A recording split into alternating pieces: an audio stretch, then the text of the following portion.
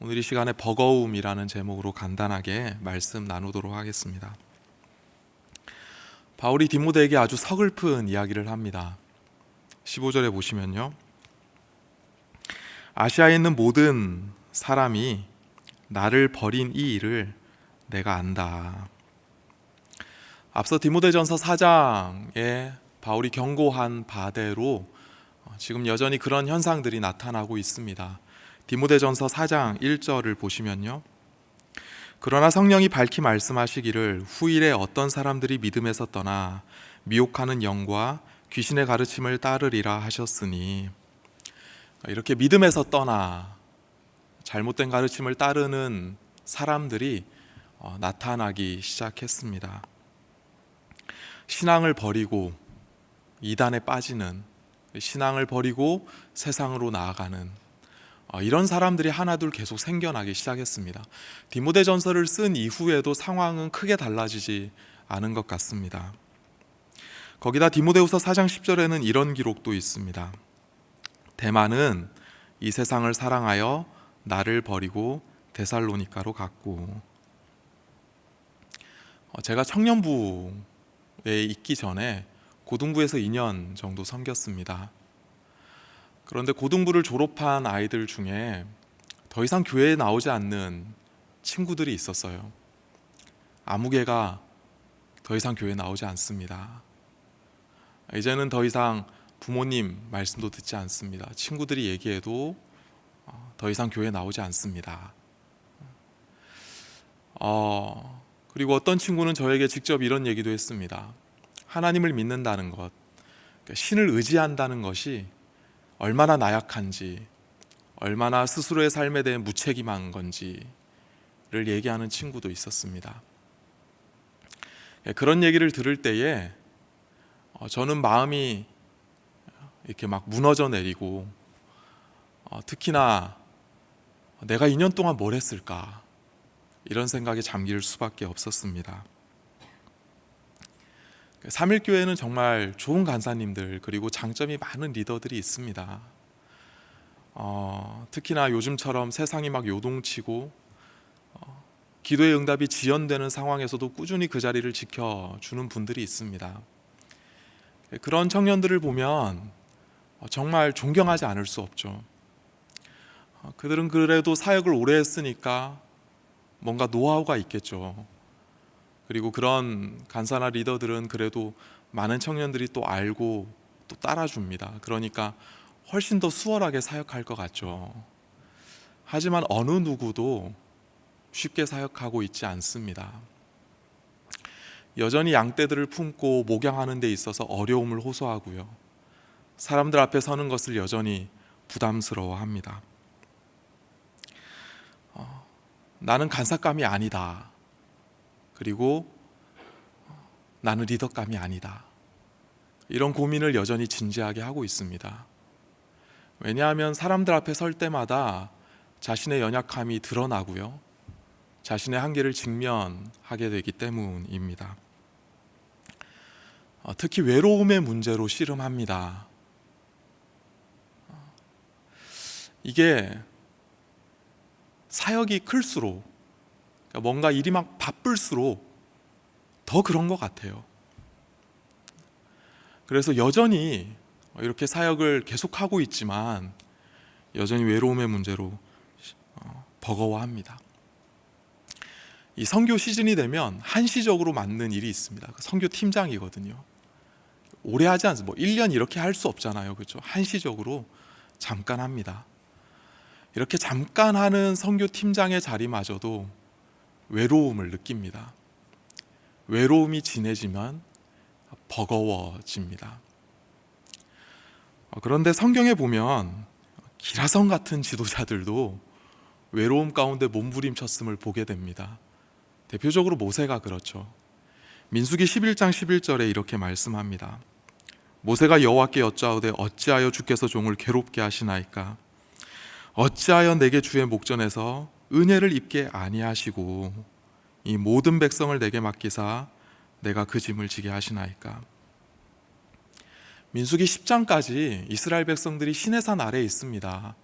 여기서 성막을 제작하고요, 그리고 말씀 교육을 받습니다.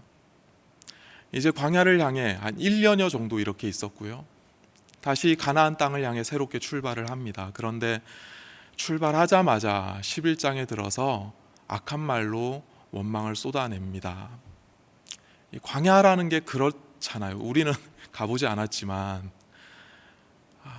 팍팍하고 얼마나 힘들었겠습니까?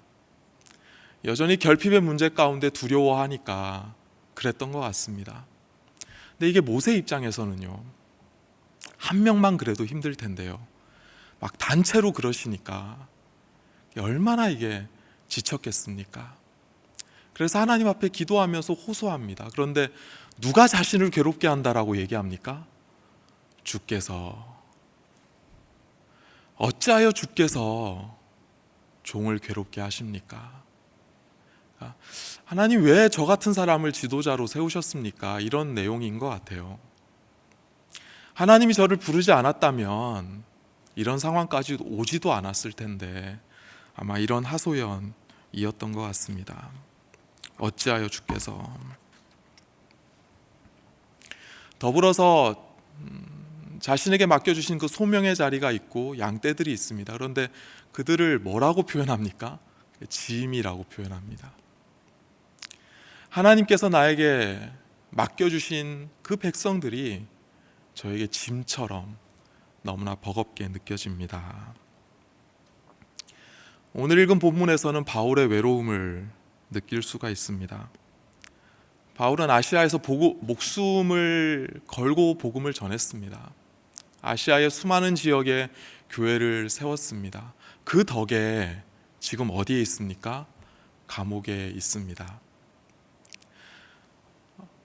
사도행전 마지막 장에 보면 바울이 가택연금을 당하고 있음을 볼 수가 있습니다. 그런데 지금은 그 정도 수준이 아니에요. 지하의 가장 깊은 곳에 사형수들과 함께 갇혀서 처형될 날만을 기다리고 있습니다. 이렇게 되자 교회 안까지 파고든 거짓 교사들이 더 활개를 칩니다. 그리고 그들의 잘못된 가르침에 넘어가서 교회를 떠나는 이들이 한둘 계속 생겨나기 시작합니다. 손발이 묶여 있어서 바울이 막 어떻게 할 수가 없어요. 뭐 찾아가서 신방하고 막 이럴 수가 없잖아요. 그런데 소식들이 들려옵니다. 아무개 집사가 교회를 떠났다. 아무개가 바울 선생님의 가르침이 잘못됐다고 하더라. 어떤 가정이 교회를 나갔다. 이런 얘기들이 바울에게 얼마나 큰 아픔이 되었겠습니까? 근데 심지어는 이게 얼마나 아팠는지 이름을 언급하기도 합니다. 15절을 다시 보시면요, 아시아에 있는 모든 사람이 나를 버린 이 일을 내가 아나니 그 중에는 부겔로와 허모게네도 있느니라. 두 사람의 이름을 특별하게 언급합니다. 그만큼 바울에게 교회 공동체에 중요한 인물이었겠죠. 이들이 교회를 떠났다는 소식은 그 어떤 얘기보다도 바울의 마음에 비수처럼 꽂혔을 겁니다. 그리고 바울을 어떤 때보다도 더 외롭게 만들었을 겁니다. 그런데 또 반대의 상황도 있었습니다. 오네시보로, 좋은 예죠. 바울에게 위로가 되는 사람도 있었습니다. 16절과 17절인데요. 원하건대 주께서 오네시보로의 집에 긍휼을 베푸시옵소서. 그가 나를 자주 격려해주고 내가 사슬에 매인 것을 부끄러워하지 아니하고 로마에 있을 때에 나를 부지런히 찾아와 만났음이라. 오네시보로는 오히려 부지런히 바울을 찾아와 면회했습니다. 그는 바울이 감옥에 갇혀 있는 것을 결코 부끄러워하지 않았습니다. 오히려 더 자주 바울을 찾아갑니다. 이것이 바울에게 아주 큰 위로가 되었습니다. 그래서 하나님, 오네시보로의 집에 긍휼을 베풀어 달라고 바울이 마음을 다해 기도합니다. 근데 오네시보로가 자신을 그냥 격려하지 않고 어떻게 격려했다고 표현하죠? 자주 격려했다고. 오네시보로가 나를 자주 격려했다고. 이렇게 고백하고 있습니다. 그러니까 이걸 보면 바울도 격려가 필요한 사람이었다. 바울도 외로운 사람이었다. 격려와 위로가 필요했다라는 것을 우리가 알 수가 있습니다. 사랑하는 사물교회 성도님들, 교회 공동체 안에는 격려가 꼭 필요합니다. 여기 성도님들 계시죠? 직분자들에게, 그리고 각 부의 부서장 분들에게 꼭 격려해 주시기를 바랍니다. 특히나 우리가 이제 연말을 지나고 또 연초지 않았습니까? 선교 시즌이고요. 이렇게 뭔가가 많을 때 더 격려가 필요합니다. 여기 목장에 목원분들 계시죠?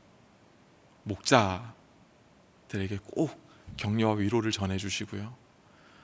그리고 팀원들 계시면 간사님들께, 리더들에게 격려와 위로의 카톡이라도 보내주시면 좋겠습니다. 교회 학교 학생들은 없겠지만 선생님들께 격려를 해달라고 꼭 전해주시면 좋겠습니다. 예수님을 믿고 따르는 길에 외로울 때가 있습니다. 버거울 때가 있습니다. 슬픔이 찾아오고 고난 가운데 굉장히 힘겨울 때가 있습니다. 외로움이 쌓이고 쌓여서 버거울 때 나만 그런다라고 생각하실 필요 없습니다. 나만 형편없고 나만 부족해서 그런다라고 낭망하실 필요 없습니다. 심지어 성경에 보면 예수님도 외로움을 느끼셨어요. 요한복음 6장에서 예수님께서 오병이어의 표적을 일으키셨습니다. 사람들이 열광했죠. 그때 예수님께서 나는 생명의 떡이다 라고 말씀을 전하기 시작하십니다. 내 살을 먹고 내 피를 마시지 아니하면 영생을 얻을 수 없느니라. 그런데 이 말씀이 그렇게 어려웠나 봅니다. 12명만 예수님을 따른 것이 아닙니다. 그 외에도 많은 제자들이 예수님을 따랐습니다. 그런데 그들이 이 말씀을 받아들이지 못합니다. 예수님을 떠나기 시작합니다. 요한복음 6장 66절 67절인데요. 그때부터 그의 제자 중에서 많은 사람이 떠나가고 다시 그와 함께 다니지 아니하더라. 예수께서 12제자에게 이르시되 너희도 가려느냐. 자신을 따르던 제자들이 이 말씀을 받지 못하고 등 돌리고 떠나가 버립니다. 거의 떠난 것 같아요. 그리고 12명만 주변에 남은 것 같습니다. 예수님이 12명을 보시면서 물어보십니다. 너희도 갈 테냐? 여러분, 이때 예수님 눈빛이, 표정이 어떠셨을 것 같습니까? 그래도 12명은 끝까지 같이 가죠? 아니죠.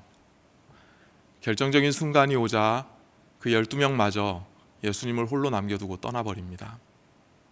그런데 중요한 사실이 있습니다. 예수님이 모든 것을 이미 다 알고 계셨습니다.